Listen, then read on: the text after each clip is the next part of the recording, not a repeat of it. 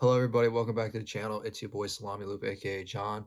Got a new phone, so quality looks a little bit better. Did some test videos and it looks good. And yeah, new scenery. Got a new desk in the room and shit like that. I set up, so kind of moving everywhere around.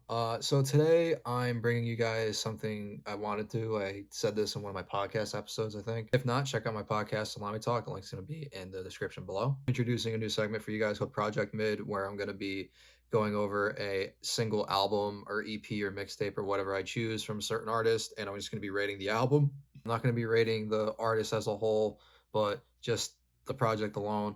That's what I'm going to be rating. So I figured I'd kick it off with none other than a staple in golden hip hop history with Ready to Die by Biggie Smalls. I just blacked out for a minute, zoned out. This album is probably one of my favorite old school albums in the history of hip hop ever. If you're new to the channel, make sure you check out my podcast, Salami Talk. I'll have a link in the description below. Also, check out my Are They Mids. Check those out, man. Subscribe, share this around, and without further ado, let's just hop right into it. So, Ready to Die, for coming out in 1994, before I was even a thought in my dad's nutsack, is an amazing album for the time it came out. The production on it is just amazing. Sean Combs was the main producer with this, also with Biggie in the studio, Notorious B.I.G., and they just delivered on it. It was just great. Everything, it sounds so clear for 1994. It doesn't sound like, if you've listened to Enter the Wu-Tang, the 36 Chambers of that album, yeah, that album sounds kind of like, I wanted to say scratchy and raunchy, and it sounds like kind of like they're rapping through a phone, but that was the vibe that the RZA was going for with that album. If you listen to a lot of older rap and older projects like that, if it's not remastered and it's just the original album, it sounds kind of just wonky. You have like a clicking noise in there. Kind of sounds like an old movie projector player thing. You know what I'm talking about? The thing you have to wind. It kind of just sounds like that. For what they did with this album, I mean, it sounds really great. I mean, even just the original one alone, not even the remastered, because this is such a big album. It's been remastered, I believe, like a couple times. But in the end, it just sounded amazing. So this album, Biggie just shined with his wordplay, storytelling, straightforward lyrics and punchlines, like in The Warning, Machine Gun Funk, like the things he pulls out of his hat. And The Warning, he's talking about, in that song, The Warning, he's talking about how all his old friends found out that he's blown up in the rap game and how they're gonna like kill him and stuff like that. And he has to like find a quick way out of it. And then you have Machine Gun Funk, where he's literally just freestyling and it's just bar after bar. And then he has that song Me and My Bitch, which is like, just him rapping about him and his bitch. But it's kind of like if you listen to the words, it's sad because the girl that he like loves and is his girlfriend and stuff like that ends up actually getting shot because Biggie was so involved in like drug trading and yeah, just slanging that rock on the corner, bro. Yeah, also if you listen to Everyday Struggle on that album, it's just, he's telling about his everyday struggle, trying to put food on the table for his daughter and, just trying to live the rough life he lived growing up in Brooklyn. I'm going back to the production on this because I still can't get over it. Like everything is so great, and now they sampled some of the Sugar Hill Gang, and then they sampled a lot of old school rap like from the '70s, and it just really stuck out, and it sounds great.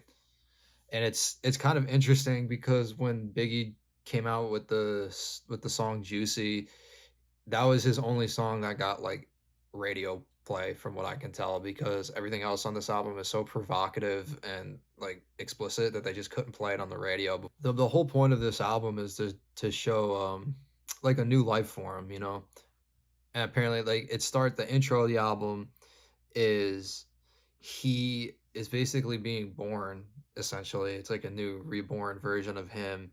And then as you go through the album, it's his life of this new lifestyle. But yeah, everything else, like the main tracks on this, like Suicidal Thoughts, Everyday Struggle, Juicy, Gimme the Loot, Machine Gun Funk, it's just the Things Done Change, Big Papa, like they're all just great, great songs from the hooks. Like the Big Papa has one of those unforgettable hooks ever in a hip hop song. I love it when you call me Big Papa.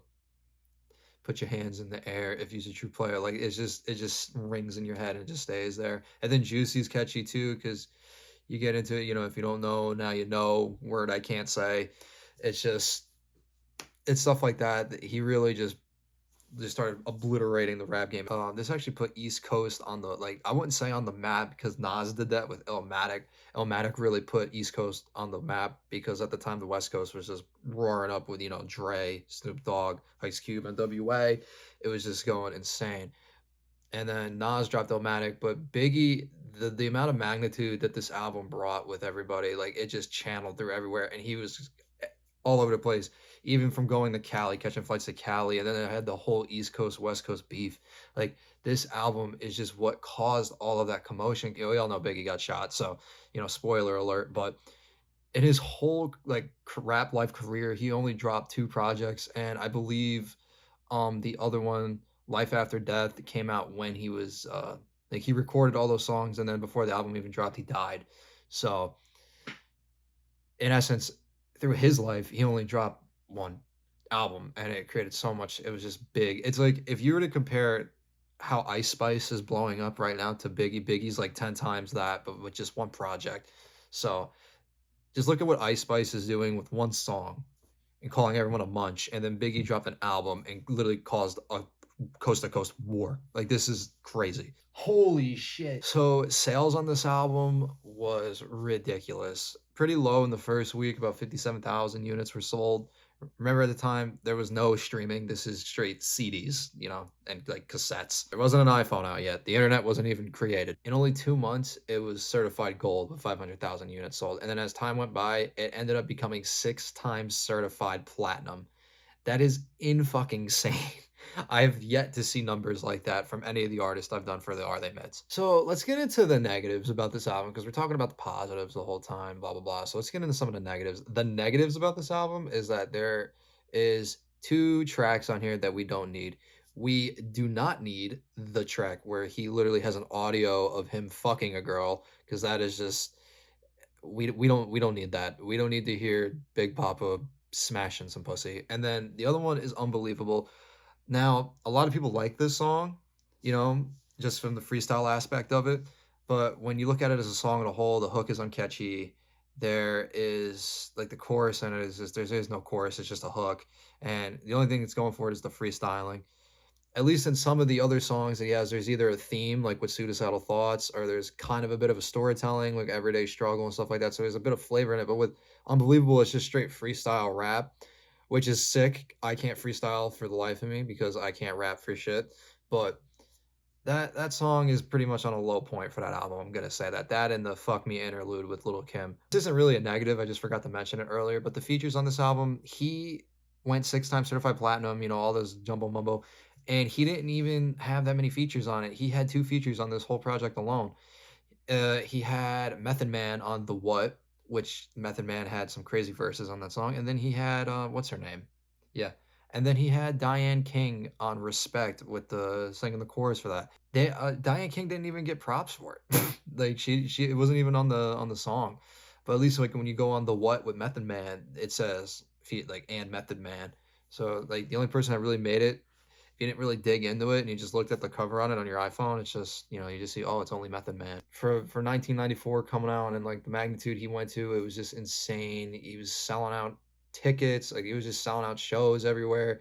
I wasn't even alive for this, but like just the sound, like to hear all this, it's crazy. There's a huge rapper, he's a huge thing, and then he died, and it's like, oh god, and then the conspiracies and the who shot who, who shot you. It's just, and then the whole beef with Tupac and the whole West Coast beef. It's just crazy, and it was just like a whole war thing, and then they were going back and forth. Giving this album a rating, it's definitely, this is like the third nine I've given it. I guess I do give out nines to everybody, but I feel like the numbers and the shit should back it up. But he definitely gets a nine. I don't want to give him a 10 out of 10 because of the low. He has those two low tracks on there. That's it. But he really did just blow up East Coast rap the way it should have been done. Even though Nas, people are gonna come at me and say Nas did it before Biggie, and Illmatic is way better, blah blah blah. And granted, Illmatic is an amazing project, and I'm definitely gonna get to that when I do Nas. But for the most part, when you compare Biggie to Nas, Biggie had a way more just tremendous following with the media, with the paparazzi, TV, everything like that. That's pretty much it. Like I said, the only downside is he literally has a skit in there with him banging Lil Kim, and it's like we don't need that, Biggie. We just want music, bro. We don't need to hear fucking porn. And Unbelievable is, I can't even like shit on it because it's a good song. It's just the hook is, I don't care to hear that. But 9 out of 10, great album all around, highly suggested. Hopefully I'll do Biggie soon for Are They Mid, but just this project alone, great project. So this has been Project Mid with Ready to Die. You guys should definitely check out this project. Make sure you check out my other Are They Mids. Check out my podcast. Leave it in the link in the description box below with everything. And yeah, without further ado, this is Slime Loop, and I'll see you guys in the next one. Peace.